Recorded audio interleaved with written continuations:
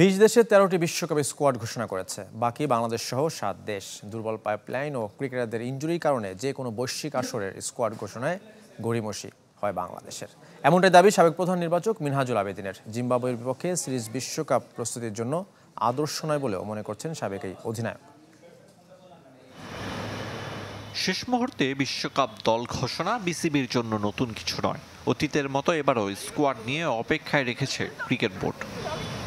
অবশ্য নিয়ম অনুযায়ী আইসিসিকে দেয়া হয়েছে ক্রিকেটারদের তালিকা। ২৪ মে পর্যন্ত টি-20 স্কোয়াড পরিবর্তনের সুযোগ থাকায় নীরব বিসিবি। গেল কয়েক আসরে দল গড়া আর ঘোষণার দায়িত্ব যার কাঁধে ছিল, সেই মিনহাজুল আবেদিন জানিয়েছেন অপেক্ষার কারণ।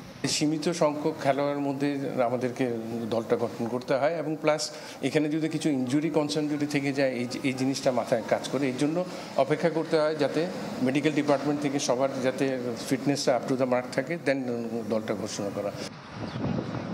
টি-20 বিশ্বকাপ নিয়ে আগেভাগে বাড়তি প্রত্যাশা রাখার পক্ষে নন মিনহাজুল আবেদিন। জিম্বাবুয়ে সিরিজকে বৈশ্বিক আসরের প্রস্তুতির মঞ্চ বলতে নারাজ।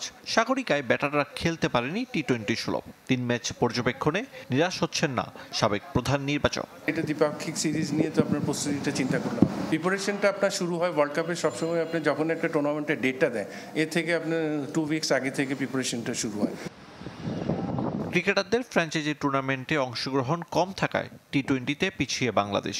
বৈশ্বিক আসরে ভালো করতে বিদেশি লিগ হতে পারে সহায়ক, যদিও বোর্ডের অপারগতার কারণ স্পষ্ট করেছেন নান্নু।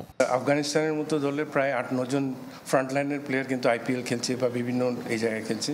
তো আমাদের দেশের আপনার টি-20 ফরম্যাটের এব্রোডে কয়টা প্লেয়ার খেলে আপনার হাতে গুনতে পারেন। তো জাতীয় দলের চিন্তা ভাবনাটা আগে, ওই জায়গায় যদি ক্যালেন্ডার যদি আপনার যদি কনফ্লিক্ট হয়, তাহলে কিন্তু এই জায়গাটা আপনাকে এটা অবশ্যই দেশে খেলতে হবে। 2025 চ্যাম্পিয়ন্স ট্রফির কথা বিবেচনা করে ওয়ানডে ফরম্যাটে পিসিএল করার প্রস্তাব দিয়েছেন বিসিবির চিফ কোঅর্ডিনেটর প্রোগ্রামের দায়িত্বে থাকা মিনহাজুল আবেদিন।